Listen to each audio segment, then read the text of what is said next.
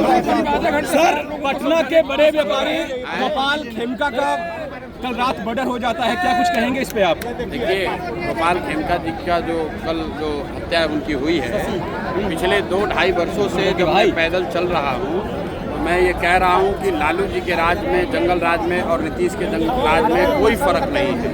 फर्क बस इतना ही है कि लालू जी के राज में अपराधियों का तांडव था और नीतीश के राज में अधिकारियों का तांडव है।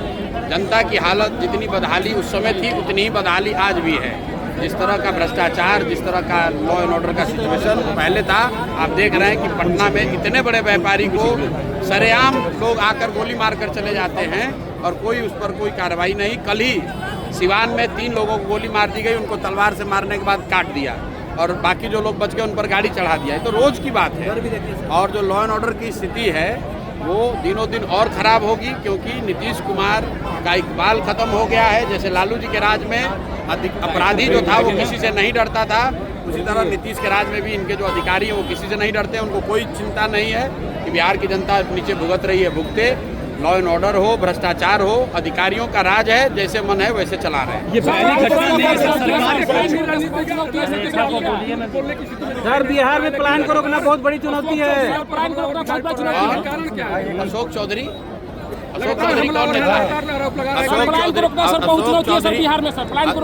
अशोक चौधरी है सर्वदलीय नेता। हमने बताया कि आपने राजनीति में सुना है नेता दल बदलता है, समय समय पर लोग अपना दल बदलते हैं। अशोक चौधरी वैसे नेता हैं जो एक ही समय में सारे दलों में हैं। बाबूजी कांग्रेस में, खुद जदयू में, बेटी लोजपा में और दामाद भाजपा आरएसएस में। तो ये सर्वदलीय नेता हैं और उससे भी मन नहीं भरा। तो बेरोजगारी के डर से मालूम है कि नवंबर के बाद जनता बेरोजगार करने वाली है। तो 58 साल की उम्र में बिना परीक्षा दिए, बिना किसी चयन प्रक्रिया के भाई साहब पटना यूनिवर्सिटी में प्रोफेसर भी बन गए। बिहार में लाखों बच्चे पढ़ाई करके, जेआरएफ करके, पीएचडी करके, टीईटी, सीटेट करके बैठे हुए हैं घर में बेरोजगार। और ये भाई साहब 58 साल की उम्र में पटना यूनिवर्सिटी में हो गए प्रोफेसर। कोई पूछने वाला नहीं है कि तुम भैया प्रोफेसर कब हो गए, कब तुमने परीक्षा दिया, कैसे तुम्हारा चयन हुआ। तो इन्हीं का सत्ता है, जिसको मन है वो अपना बना लिया। सर, आपकी रैलियों में बिहार में धारणा है कि जब भी लोकसभा या विधानसभा प्रत्याशियों का टिकट जाति के आधार पर दिया जाता है, घोषित की जाती है कि उसी जाति का सबको मालूम है कि जल चुनाव में कुछ भी हो, जाति और पैसे के आधार पर टिकट नहीं बनेगा। यहाँ पर जो भी काबिल व्यक्ति होगा उसको टिकट मिलेगा। और हमने ये भी कहा है कि अगर जल चुनाव से उससे भी कुछ गलती हो जाए, किसी गलत उम्मीदवार को टिकट मिल जाए तो आप उसको भी हराइए। हर हालत में बिहार में अच्छा उम्मीदवार जीतना चाहिए, किसी दल का हो, बिहार जीतना चाहिए। जन स्वराज जीते या हारे उससे ज्यादा जरूरी है बिहार।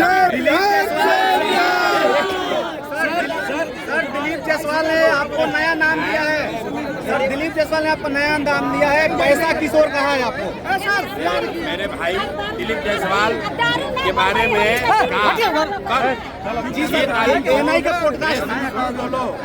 कल 6 तारीख को प्रेस कॉन्फ्रेंस में पटना में करने वाला हूँ।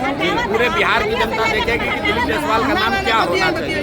ठीक है सर, बिहार में क्या करेंगे? क्या करेंगे आप लोगों सामने सुनाए, आप देखे नहीं। बिहार बदलाव में क्या करेंगे? लोगों को बहुत बड़ा चुनौती है। बच्चों के लिए वोट दें, लोग शिक्षा और रोजगार के लिए वोट दें। बिहार तब बदलेगा जब लोगों के लिए शिक्षा होगी, रोजगार होगी। जाति पाति, धर्म, नाली गली करने से सुधार नहीं होगा। बिहार में आपके रैलियों में लगातार सैलाब उभर रहा है, ना वो बरसात देख रही है, ना गर्मी, ना कीचड़। क्या जनता क्या चाह रही है? जो जनता चाह रही है वो आप लोग को दिख रहा है। जनता बदलाव चाहती है। लोग 30 बरस से लालू नीतीश, 35 बरस से लालू नीतीश की सरकार से उब गए हैं। वो नई व्यवस्था चाहते हैं, अपने बच्चों के लिए शिक्षा और रोजगार चाहते हैं। बहुत हो गया लालू नीतीश मोदी। इस बार लोगों को जनता का राज चाहिए, अपने बच्चों का बेहतर भविष्य चाहिए। और उसी बदलाव की ये ताकत है कि लोग इतनी बड़ी संख्या में छोटे छोटे जगहों पर भी, इन नुक्कड़ सभाओं में भी इतनी बड़ी संख्या में